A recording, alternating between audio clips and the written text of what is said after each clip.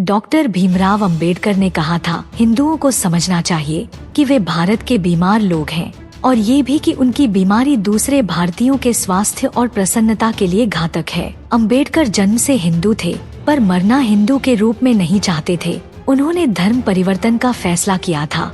इसके लिए उन्होंने कई धर्मों को अपनाने पर विचार किया था। इस्लाम भी उनमें से एक था। धर्म परिवर्तन से पहले उन्होंने इस्लाम के बारे में गहरा अध्ययन किया था। वो जातिवाद और दलितों की स्थिति के मामले में इस्लाम को हिंदू धर्म से अलग नहीं मानते थे। इलाहाबाद के गोविंद वल्लभ पंत सामाजिक विज्ञान संस्थान के प्रोफेसर और आधुनिक इतिहास के जानकार बद्री नारायण के अनुसार भीमराव अंबेडकर इस्लाम धर्म की कई कुरीतियों के खिलाफ थे। वो मानते थे कि इस्लाम में भी हिंदू धर्म की तरह ऊंची जातियों का बोलबाला है और यहाँ भी दलित हाशिए पर हैं। भीमराव अंबेडकर मानते थे दलितों की जो दशा है उसके लिए दास प्रथा काफी हद तक जिम्मेदार है।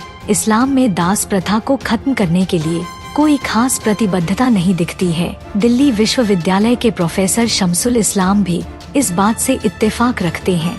वो बताते हैं, अंबेडकर ने धर्म परिवर्तन के लिए इस्लाम पर भी विचार किया था पर इसे अपनाया नहीं, क्योंकि वे मानते थे कि इसमें भी उतना ही जातिवाद है जितना हिंदू धर्म में है। वो बताते हैं, अंबेडकर मानते थे कि मुसलमानों में भी जो हैसियत वाला वर्ग है वो हिंदू धर्म के ब्राह्मणों की तरह ही सोचता है। अंबेडकर ने स्पष्ट रूप से कहा था, देश का भाग्य तब बदलेगा जब हिंदू और इस्लाम धर्म के दलित ऊंची जाति की राजनीति से मुक्त हो पाएंगे। शमसुल इस्लाम बताते हैं, अंबेडकर का कहना था कि इस्लाम धर्म के नाम पर जो राजनीति हो रही थी वो हिंदू धर्म के उच्च वर्गों की तरह ही थी। जैसे हिंदू धर्म में ब्राह्मणवादी राजनीति का बोलबाला था, वैसे ही इस्लाम की राजनीति भी ऊंची जातियों तक सीमित थी। अंबेडकर इस्लाम में महिलाओं की स्थिति को लेकर बहुत चिंतित थे। वो बहुविवाह प्रथा के खिलाफ थे। बद्री नारायण बताते हैं, अंबेडकर बहुविवाह प्रथा को महिला मुद्दों के साथ जोड़कर देखते थे। वो मानते थे कि इससे स्त्रियों को कष्ट होता है,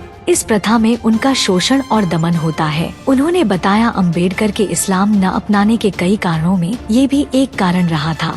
वो दलितों के इस्लाम अपनाने के पक्ष में नहीं थे। आजादी के बाद पाकिस्तान में बड़े पैमाने पर दलितों का धर्म परिवर्तन हो रहा था। अंबेडकर उन्हें इस्लाम धर्म न अपनाने की सलाह दे रहे थे। वे मानते थे कि वहाँ भी उनको बराबरी का हक नहीं मिल पाएगा। बद्री नारायण बताते हैं, अंबेडकर को लगता था इस्लाम में कुरीतियों को दूर करने की आत्मशक्ति नहीं दिख रही थी और उसे दूर किए बिना समानता का भाव नहीं मिल पाता। शमसुल इस्लाम बताते हैं, मुगल शासकों ने मनुस्मृति को पूरी तरह अपनाया था, जबकि अंबेडकर मनुस्मृति के खिलाफ थे। जो भी मुस्लिम शासक भारत आए उन्होंने ब्राह्मणवादी राजनीति को अपनाया। मुगल काल को भी देखें तो मुस्लिम शासकों ने हिंदू धर्म की ऊंची जातियों के साथ समझौता कर लिया था। शमसुल और बद्री नारायण दोनों इतिहासकार यह मानते हैं कि अंबेडकर दलितों को समाज में समानता का अधिकार दिलाना चाहते थे, जो इस्लाम में संभव नहीं दिख रहा था। यही कारण है कि उन्होंने कई धर्मों के अध्ययन के बाद